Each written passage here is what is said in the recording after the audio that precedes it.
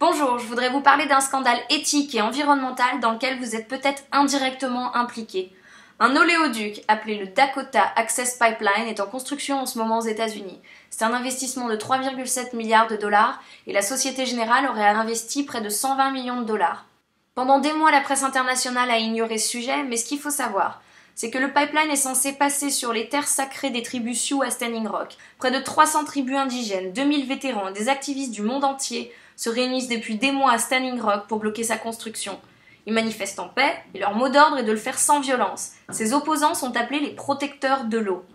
La société en charge de la construction a fait appel aux forces de police et armées et ont fait preuve de violence extrême. Plus de 200 personnes ont déjà été blessées à ce jour.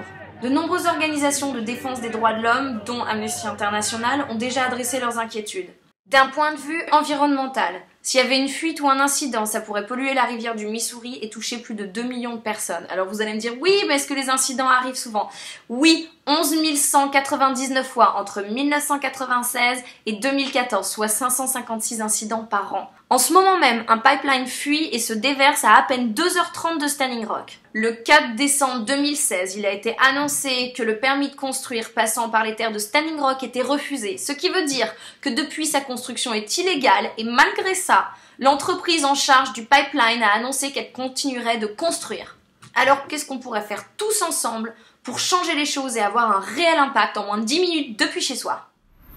Je suis cliente à la Société Générale depuis plus de 15 ans et il est hors de question que mon argent soit investi dans un projet qui ne respecte pas la planète et ses populations.